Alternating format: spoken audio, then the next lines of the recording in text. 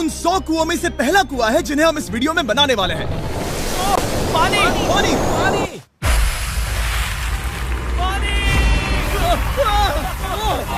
आपने अभी अभी केन्या के एक छोटे से गांव को पीने के पानी का अनलिमिटेड सप्लाई मिलते हुए देखा, वो भी सिर्फ 1 सेकंड में। अभी एक कुआं बना है और 99 बाकी है। आपको ये वीडियो बहुत पसंद आएगा। इन 100 कुओं को मिलाकर 5 लाख से ज्यादा लोगों को पीने का ताज़ा पानी मिलने वाला है। केन्या की इस साइट पर कुछ कुएं बनाने के बाद हम नाइरीरी स्कूल सिस्टम के साउथ में गए और कह सकते हैं कि उन्हें हमसे मिलकर बहुत खुशी हुई। क्या हाल है? मैंने ऐसा नहीं सोचा था। स्वागत के लिए शुक्रिया। समझ नहीं आता कैसे रिएक्ट करूं। बहुत बहुत शुक्रिया दोस्तों।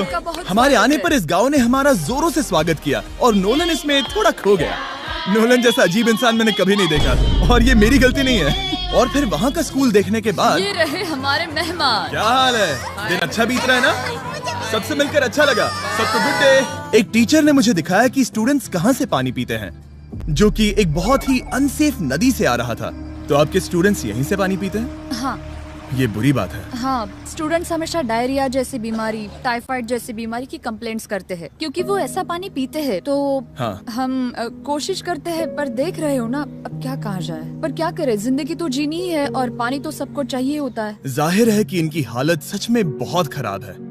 असुरक्षित पानी पीने से इन बच्चों की जिंदगी बहुत कम होती जा रही है, पर कम से कम इस गांव की मदद करने की हम पूरी कोशिश करने वाले हैं। क्या पता ये मुझे फिट आएगा या नहीं। मेरा सिर बड़ा है। देखते हैं पानी मिलता है या नहीं। ओह, ओह।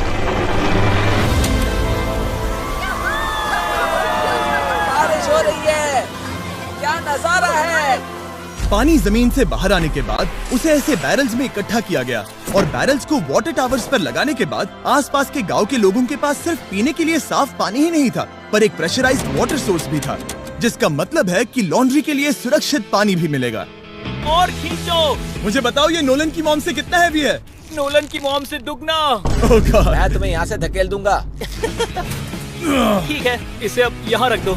हमने केन्या में और 20 कुएं बनाए और उसके बाद इसके जूते में भी कुआं डोंट है। वरी, मेरे दूसरे जूते में भी पानी है। मैं बताता हूँ कि हमने ये 29 कुएं कैसे बनाए। इस विशाल सी ड्रिल से जमीन में सैकड़ों फीट गहरा गड्ढा किया, वो भी पॉल्यूटेड सोर्सेज से होकर सीधे विशाल से पीने लायक पानी तक। उसके बाद हमने पाइप्स इंस्टॉल किए ताकि लोग पूरे अफ्रीका में इन हैंड पंप से पानी ले सके और नाइरीरी में भी। इसे टेस्ट करके देखते हैं।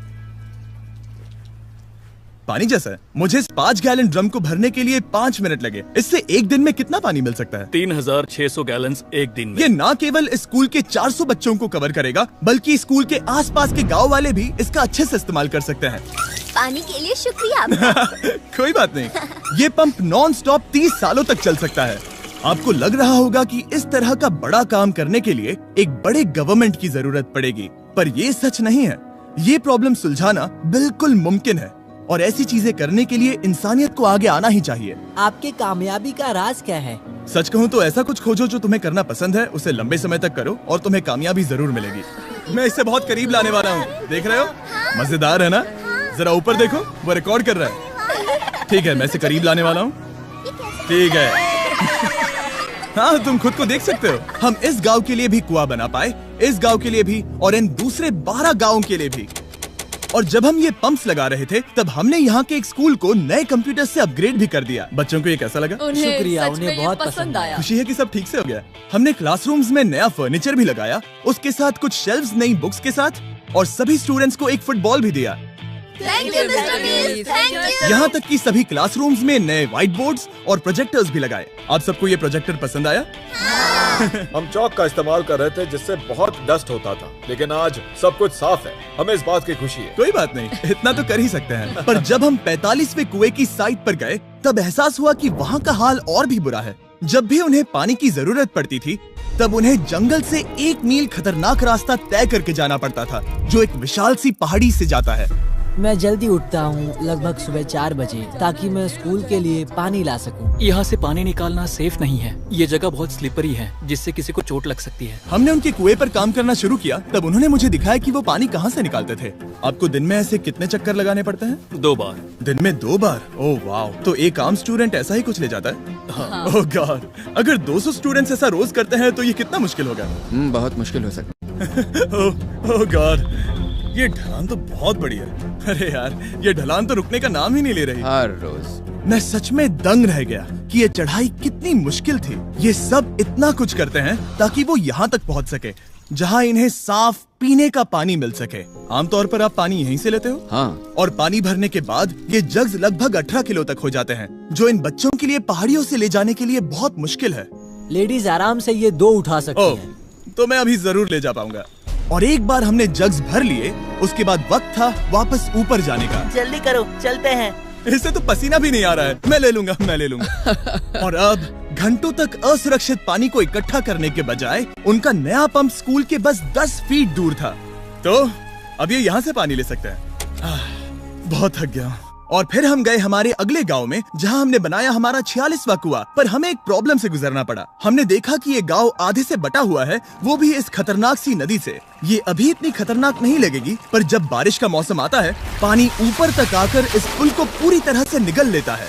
और ये पुल इसलिए इतना जरूरी है क्योंकि वहाँ जो गांव है, वहीं पर सभी हॉस्पिटल्स और स्कूल्स हैं, इसलिए यहाँ से रोज गुजरना पड़ता है। ये खतरनाक है, लेकिन इस पुल के अलावा इनके पास और कोई ऑप्शन नहीं है। जब ये नदी उफान पर होती है तो ये किसी को भी बहा ले जाती है, लोग, स्टूडेंट्स, यहाँ तक कि जानवर। हाल ही में इस नदी को क्रॉस करने की कोशिश में हमने 3 लोगों को खो दिया। इस तरह किसी की जान जाना पागलपन है और हम इसे स्वीकार नहीं कर सकते। और जिस पल हमने इस बारे में सुना, तब हमें मदद करनी ही पड़ी।